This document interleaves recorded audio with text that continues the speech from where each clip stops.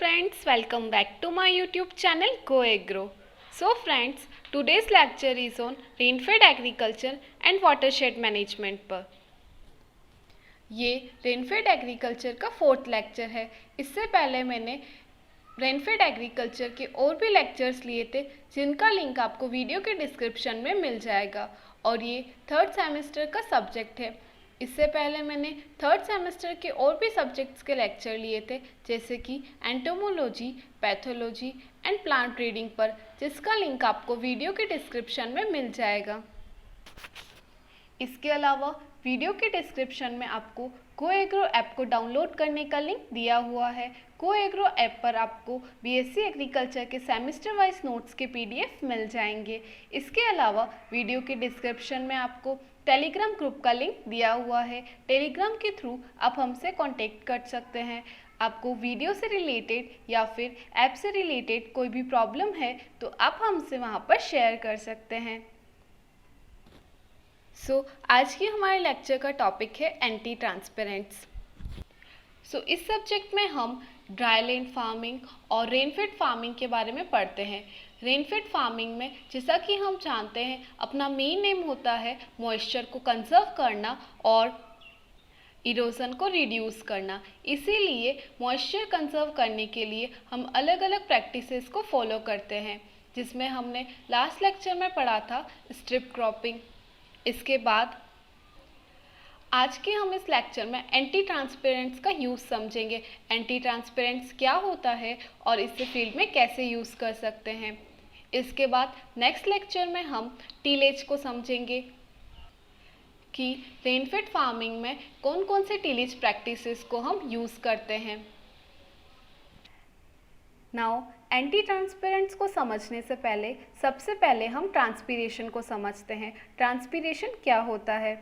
Transpiration का meaning होता है loss of water in the form of water vapour through stomatas of the leaf. Means leaf पर जो stomatas present होते हैं उनसे जब प्लांट्स में से वाटर लॉस हो जाता है उस प्रोसेस को हम ट्रांसपीरेशन बोलते हैं। जैसा कि हम जानते हैं प्लांट्स के अंदर 99% वाटर वेपर बन के इवेपोरेट हो जाता है और इस प्रोसेस को हम ट्रांसपीरेशन बोलते हैं। इसे कंट्रोल करने के लिए हम कुछ केमिकल्स को यूज़ करते हैं, कुछ सब्सटेंसेस का यूज़ करते हैं जिन्हें हम एंटी ट्रांसपेरेंट्स बोलते हैं। नाउ ट्रांसपेरेंट्स क्या होता है समझते हैं। ट्रांसपेरेंट्स जैसा कि इसके नेम से शो हो रहा है ये कुछ ऐसे मटेरियल्स या फिर सब्सटेंसेस और केमिकल्स हैं जो ट्रांसपीरेशन को कंट्रोल करते हैं। ये कुछ ऐसे केमिकल्स होते हैं कि जब हम इन्हें प्लांट सरफेस मेनली लीफ पर लगाते हैं तो प्लांट्स का वाटर लॉस नहीं होता है और वाटर कंजर्व रहता है।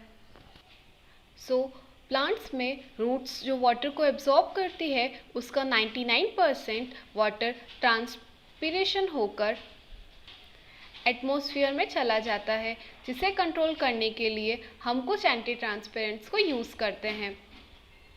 इसके बाद अब हम एंटी ट्रांसपेरेंट्स के टाइप्स पढ़ते हैं। एंटी ट्रांसपेरेंट्स मेनली 4 टाइप्स के होते हैं। फर्स्ट है stomatal closing type of anti transpirants, film forming type, third is the reflectant type and fourth is growth retardants। ये मेनली 4 टाइप्स के होते हैं। अब हम इनको डिटेल में समझते हैं। फर्स्ट टाइप है stomatal closing type of anti transpirants. जैसा कि हम जानते हैं सबसे ज़्यादा ट्रांसपीरेशन लीफ सरफेस पर प्रेजेंट स्टोमेटा से ही होता है। इसे कंट्रोल करने के लिए हम कुछ फंजीसाइड्स जैसे कि फिनाइल मर्क्यूरिक एसिटेट जिसे हम पीएमए बोलते हैं और हर्बिसाइड्स जैसे कि एट्राजाइन को एज एन एंटी ट्रांसपेरेंट्स जैसे यूज़ करते हैं। ये स्टोमेटास को क्लोज कर देते हैं और ट्रांसपीरेशन को कम कर देते हैं और इसके साथ ये फोटोसिंथेसिस प्रोसेस को भी कम कर देते हैं। इसीलिए ये इतना कन्वीनियंट नहीं होता। लेकिन पीएमए एक ऐसा टाइप का एंटी ट्रांसपेरेंट है जो फोटोसिंथेसिस रेट से भी ज़्यादा ट्रांसपीरेशन को कंट्रोल करता है। मींस ये फोटोसिंथेसिस को तो इतना नहीं रोकता लेकिन ट्रांसपीरेशन को कंट्रोल कर देता है। एक गुड टाइप ऑफ एंटी ट्रांसपेरेंट्स वही होता है जो ट्रांसपीरेशन को मैक्सिमम कंट्रोल कर सके और फोटोसिंथेसिस प्रोसेस को कंटिन्यू रखे, उसको कोई चेंज ना करे। इसके बाद सेकेंड टाइप है film forming type.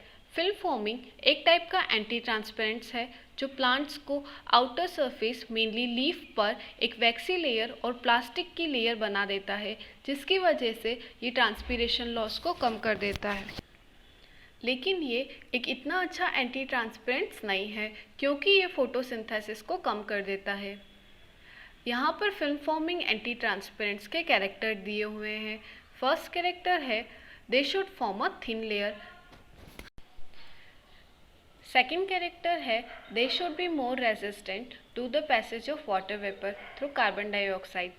And film forming types of anti transpirants के एग्जाम्पल हैं silicones, Mobileaf and hexadecanol. So ये था film forming type of anti ट्रांसपेरेंट्स।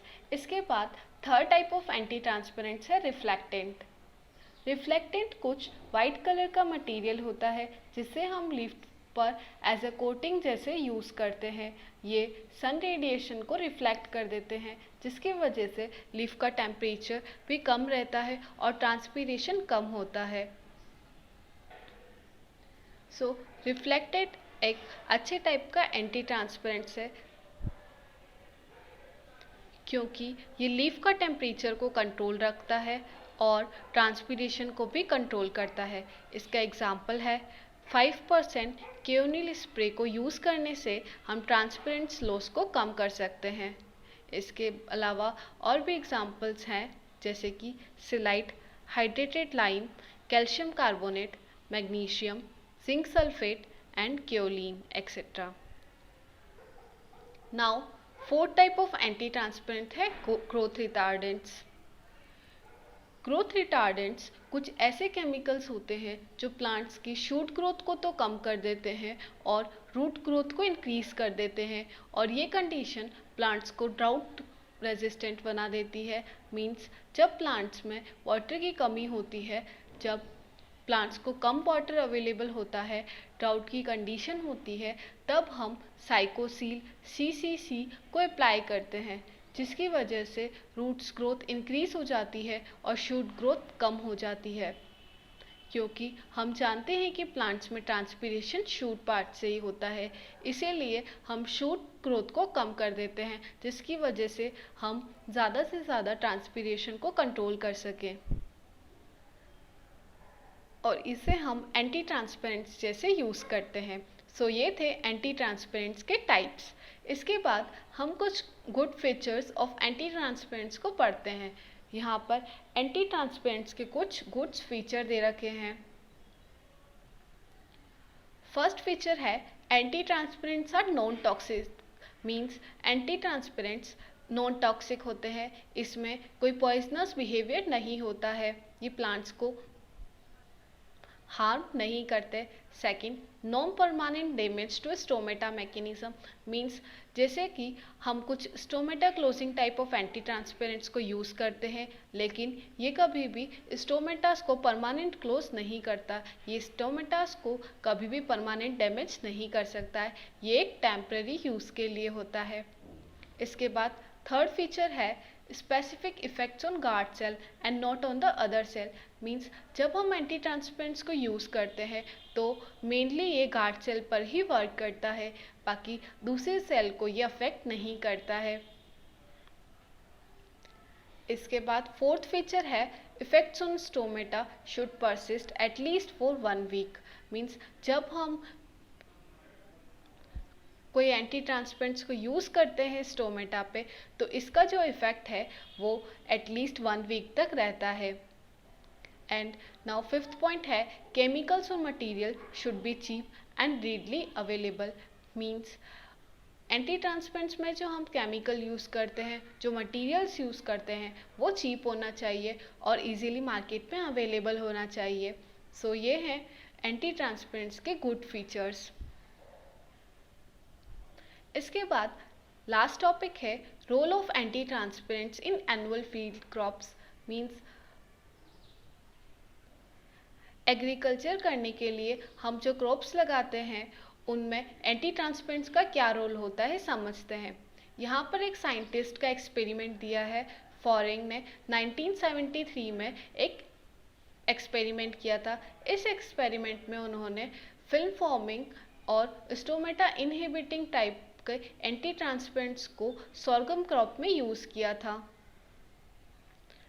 और इसे यूज़ करने के बाद जब उन्होंने उस क्रॉप को देखा तो वहाँ पर जो उनकी यील्ड थी वो 5 to 17% इंक्रीज़ हो गई थी पहले से भी। तो इसका मतलब इनको पता चला कि एंटी ट्रांसपेरेंट्स को यूज़ करके हम अपनी यील्ड को इंक्रीज़ कर सकते हैं। और इनके एक्सपेरिमेंट के बाद इन्होंने बताया था कि एंटी ट्रांसपेरेंट्स को हम अगर बूटिंग स्टेज से जस्ट पहले यूज़ करेंगे तो हम ज़्यादा इंक्रीज़ कर सकते हैं यील्ड को। इसके बाद यहाँ पर सेकंड रोल दिया है, एंटी ट्रांसपेरेंट्स का क्या रोल होता है एनुअल फील्ड क्रॉप्स में। जैसा कि हम जानते हैं कार्बन डाइऑक्साइड भी हम एज एन एंटी ट्रांसपेरेंट्स को यूज़ करते हैं। जैसे कि अगर हम प्लांट्स के सराउंडिंग में CO2 का कंसंट्रेशन को 0.03 से 0.05 तक इंक्रीज़ कर देते हैं तो प्लांट्स के अंदर पार्शियल क्लोजर ऑफ स्टोमेटास हो जाता है। मीन्स लीफ पे प्रेजेंट स्टोमेटास पार्शियली क्लोज हो जाते हैं। लेकिन इससे हमें 0.05% से ज़्यादा इंक्रीज़ नहीं करना होता है। अगर हमने इससे ज़्यादा CO2 कंसंट्रेशन को इंक्रीज़ कर दिया जिसके बाद प्लांट्स के अंदर स्टोमेटास कम्प्लीटली क्लोज हो जाते हैं और फोटोसिंथेसिस और रेस्पिरेशन जैसे प्रोसेस रुक जाते हैं। सो ये था role of anti transpirants in annual field crop. इस लेक्चर में हमने समझा कि एंटी ट्रांसपेरेंट्स क्या होते हैं, एंटी ट्रांसपेरेंट्स कितने टाइप्स के होते हैं, एंटी ट्रांसपेरेंट्स के क्या क्या अच्छे फीचर्स होते हैं और एनुअल फील्ड क्रॉप में इसका क्या रोल होता है। इसके बाद अब नेक्स्ट लेक्चर में हम टीलेज ऑपरेशन को पढ़ेंगे कि रेनफेड फार्मिंग एरियाज़ में हम कौन कौन से टीलेज ऑपरेशंस को यूज़ करते हैं। So now thanks for watching and please video देखने के बाद गो एग्रो ऐप को डाउनलोड करना ना भूलें। वीडियो के डिस्क्रिप्शन में गो एग्रो ऐप को डाउनलोड करने का लिंक दिया हुआ है। And don't forget to like, subscribe and share.